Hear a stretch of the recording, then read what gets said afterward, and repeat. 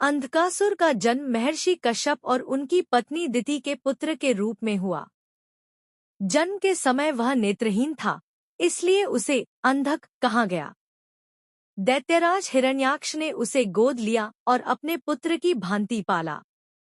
जब भगवान विष्णु के अवतार वराह ने हिरण्याक्ष का वध किया, तो अंधक ने बदला लेने की ठानी और घोर तपस्या में लीन हो गया। वह वर्षों तक तपस्या करता रहा, जिससे भगवान ब्रह्मा प्रसन्न हुए। जब ब्रह्मा प्रकट हुए, तो अंधक ने यह वरदान मांगा।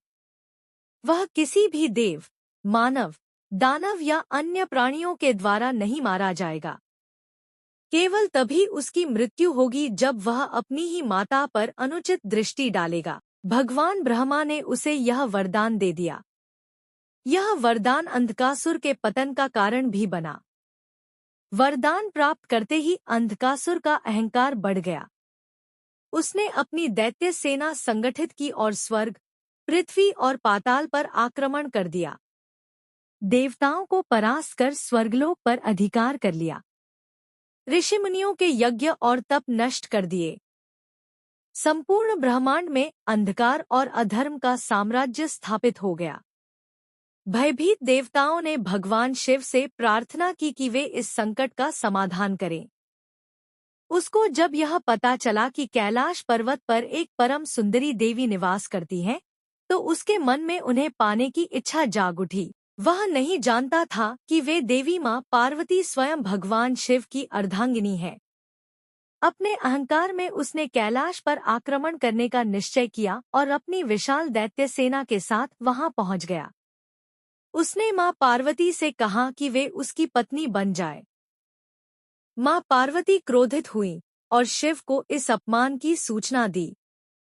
भगवान शिव ने तुरंत अपनी त्रिशूल और डमरू उठाई और युद्ध के लिए तैयार हो गए। अंधकासुर और भगवान शिव के बीच भीषण युद्ध हुआ। शिव ने जब अंधकासुर को त्रिशूल से प्रहार किया, तो उसके रक्त की हर बूंद से नए असुर जन्म लेने लगे। इससे युद्ध और भी कठिन हो गया। भगवान शिव को ज्ञात हुआ कि जब तक उसका रक्त भूमि पर गिरेगा, तब तक वह अमर बना रहेगा। मां काली और मातृकाओं का प्रकट होना। युद्ध को संतुलित करने के लिए भगवान शिव ने मां काली और मातृकाओं, दुर्गा के विभिन्न स्वरूप को प्रकट किया। मां काली ने अपनी जिह्वा फैलाकर अंधकासुर के रक्त की हर बूंद पीनी शुरू कर दी। अन्य देवी शक्तियों ने भी युद्ध में भाग लिया और शिव की सहायता की। अब अंधकासुर अत्यंत दुर्बल होने लगा, क्योंकि उसकी शक्ति उसके रक्त में ही थी। जब अंधकासुर पूर्णतः कमजोर हो गया, तब भगवान शिव ने उसे अपने त्रिशूल पर उठा लिया। अपने तीसरे नेत्र की प्रचंड ज्वाला से उसे भस्म करना शुरू किया। अंधकासुर ने भगवान शिव के चरणों में गिरकर प्रायश्चित किया और क्षमा मांगी। अंधकासुर का अज्ञान मिट चुका था और उसमें भक्ति जागृत हो चुकी थी। शिव का आशीर्वाद।